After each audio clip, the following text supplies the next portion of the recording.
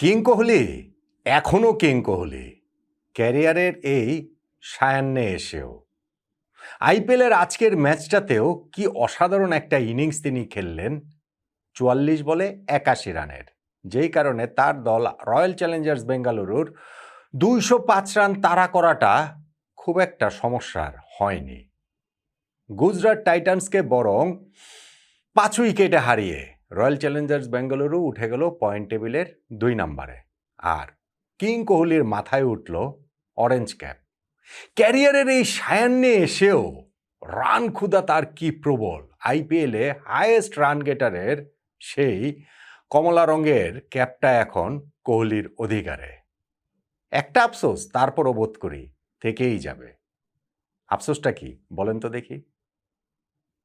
তার আগে একটু ম্যাচটাতে ঘুরে আসি, যেইখানটাতে সাই সুদর্শন তিনি নিজেকে আসলে একটু দুর্ভাগা ভাবতে পারেন এই সেন্সে যে টি-20 ম্যাচে সেঞ্চুরি করেও পরাজিত দলে থাকা। যদিও এইটা এবারের আইপিএলে খুব নতুন কিছু না, এর আগেও আমরা দেখেছি মুম্বাই ইন্ডিয়ান্সের কুইন্টন ডিককের ক্ষেত্রে এই ঘটনা ঘটেছে। সেই দিন তিনি সেঞ্চুরি করেছিলেন, তবে পাঞ্জাব কিংস জিতে গিয়েছিল। আজকে গুজরাট টাইটান্সের সাই সুদর্শনের এই সেঞ্চুরিও দলকে জেতানোর জন্য যথেষ্ট হয়নি। এবং সেইখানটাতে সাই সুদর্শন কিন্তু একটা রেকর্ড করেছেন, যেই রেকর্ডটা কোহলিরও নেই। আইপিএলে এই নিয়ে টানা তৃতীয় সিজনে তিনি সেঞ্চুরি করলেন। 2024-এ করেছেন, 2025-এ করেছেন, এই 2026-এ করলেন।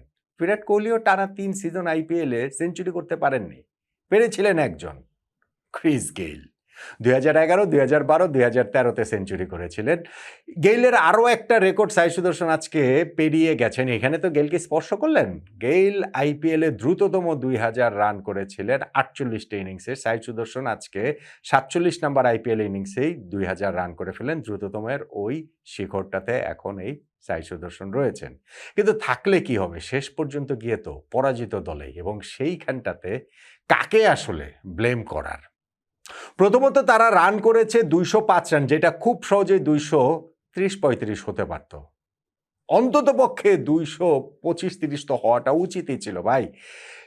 আগে ব্যাটিংয়ে নেমে এই গুজরাট টাইটান্সের ওপেনিং পার্টনারশিপে 12 ওভারে 121 রান হয়ে গিয়েছে, এবং সেইখান থেকে শেষ 8 ওভারে 84 রান।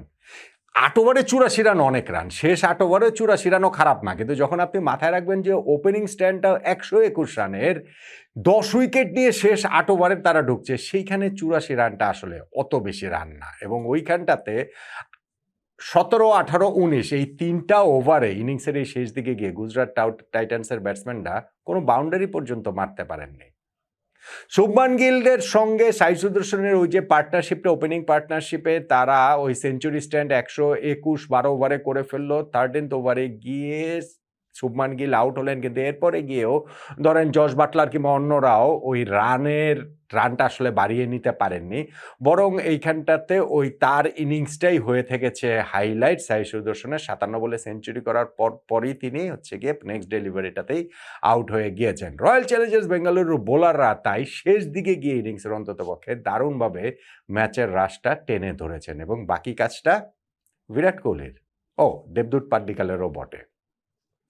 206 রান করতে হবে, এই অবস্থায় বিরাট কোহলি ওপেনিংয়ে নেমেছেন জ্যাকব বেথলকে নিয়ে, কেননা রেগুলার ওপেনার ফিল সল্ট তিনি ইনজুরির কারণে এই ম্যাচটা নেই। বেথল পাওয়ার প্লের মধ্যেই তিনি আউট হয়ে গেলেন। তারপরেও ওই পাওয়ার প্লেতে বিরাট কোহলি সঙ্গে দেবদূত পাড্ডিকাল যোগ দিলেন। 1 উইকেটে 58 রানে তারা পৌঁছে গেল। 10 ওভারে তারা 1 উইকেটে 118 রানে পৌঁছে গেল। ওইখান থেকে ম্যাচটা তাদের জন্য অনেক সহজ হয়ে যায়।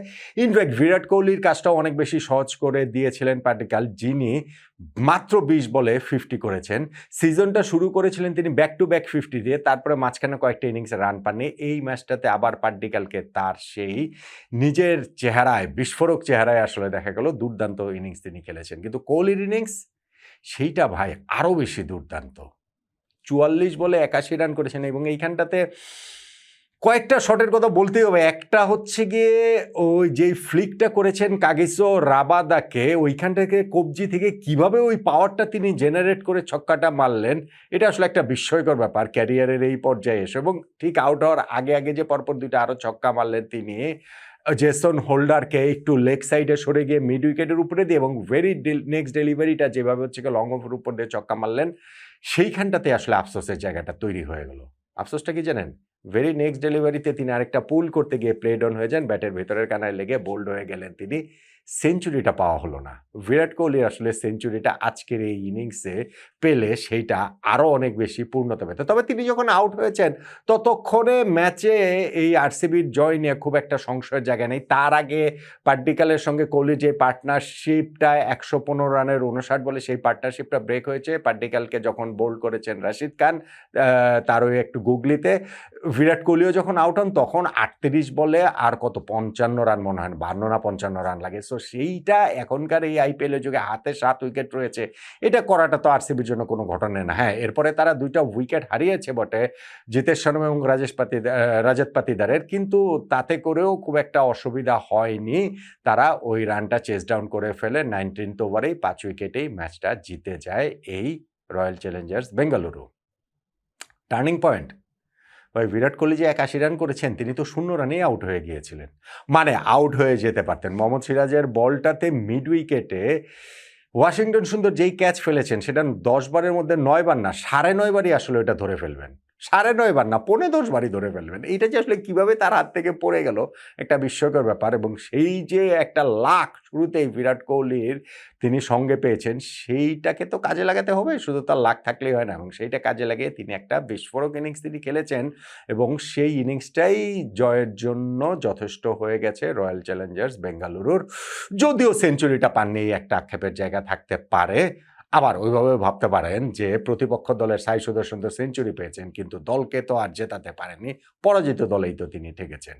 অরেঞ্জ ক্যাপ তুলে নাও বিরাট কোহলির এই ম্যাচটাতে যেইখানে রয়্যাল চ্যালেঞ্জার্স বেঙ্গালুরু ৫ উইকেটে হারিয়েছে গুজরাট টাইটান্সকে, সেইখানে টার্নিং পয়েন্টটা তাই ভেরি ইজি। বিরাট কোহলির সেই ক্যাচ মিস ওয়াশিংটন সুন্দরের ভেরি ফার্স্ট ডেলিভারিতে। অন্য কোনো কিছু কি ভাবার সুযোগ আছে?